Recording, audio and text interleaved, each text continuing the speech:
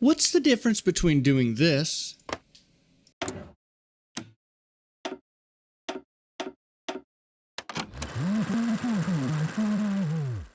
and doing this? Well, the obvious answer might be this takes 370 days and this only takes 70. But another big difference is that this triggers an event. And with this option, even though both the manual justification and the national focus justify war claims on the exact same territory in Czechoslovakia, the German focus gets the Czechoslovak player the option whether to surrender the territory demanded by the focus's justification or to deny it and receive a war goal against them.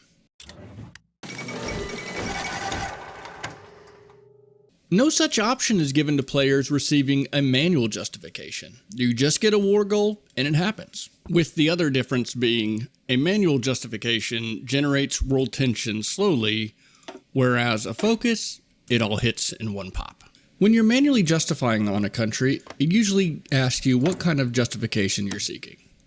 Straight up conquer, take a claimed state. For other nations, it might be reclaim core state. Wouldn't it be nice if there was another category that was demand state? Maybe something that generated less world tension because it gives the recipient of the justification the opportunity to accept or reject the demands. And my assumption would be that whether or not the AI accepts or rejects your demands would depend on if and who is guaranteeing the nation. So, for example, if the industrial size of both Britain and France combined are greater than Germany, then in this situation, Belgium would reject my demands for the Ardennes. Whereas if I was justifying on Yugoslavian territory, those guaranteeing that nation can't hold a candle to the German military.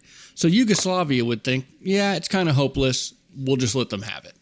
I think this would be a great way for the game to emulate how Czechoslovakia gave in to German demands once the guarantees they had from France and the United Kingdom went away. In a 1936 start date, Italy begins at war with Ethiopia. Additionally, they are guaranteeing the independence of Albania. Now let's just say as Italy, I decided to revoke my guarantee of Albania. Well, if I change my mind, I can't guarantee them back. Why? Well, apparently fascist nations can only guarantee other fascist nations. Why is this rule in place exactly? I don't understand. Not only does Italy start the game guaranteeing the independence of Albania, in real life, Italy also guaranteed the independence of Ethiopia. And why did Italy do it? Well, basically it was a way to mark your territory. That territory is designated for my future conquest. Don't you dare put your hands on it.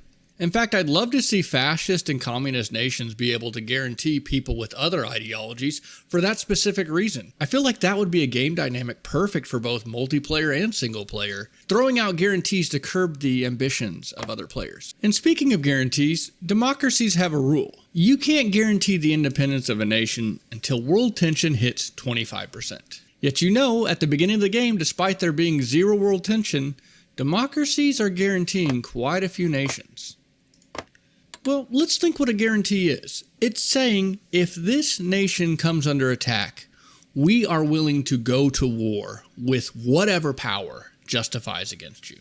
With such lofty obligations that come with guaranteeing a nation, I'd actually like to see it hurt your country's stability if your war support isn't high enough. Think about it. France and the UK didn't defend Czechoslovakia's independence for two reasons. One, they felt their militaries weren't ready for going up against Germany yet.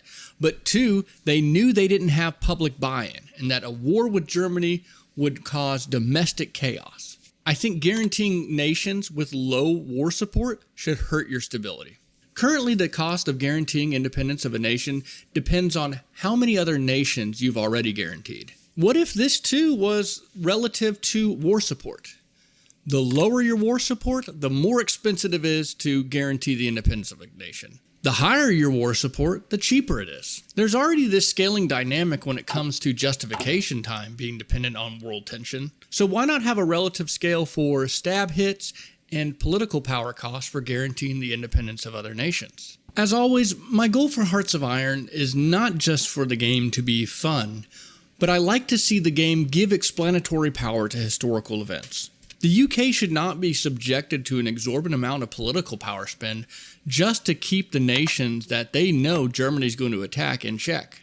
Additionally, guaranteeing the independence of a nation is not a flippant decision that one country takes lightly. It is a deep commitment to another nation, and your domestic war support and stability should reflect that. Anyways, this could just be a moot point, and it turns out this fall's DLC has all the things I've mentioned included. What do you think? How would you change war justification and guarantees?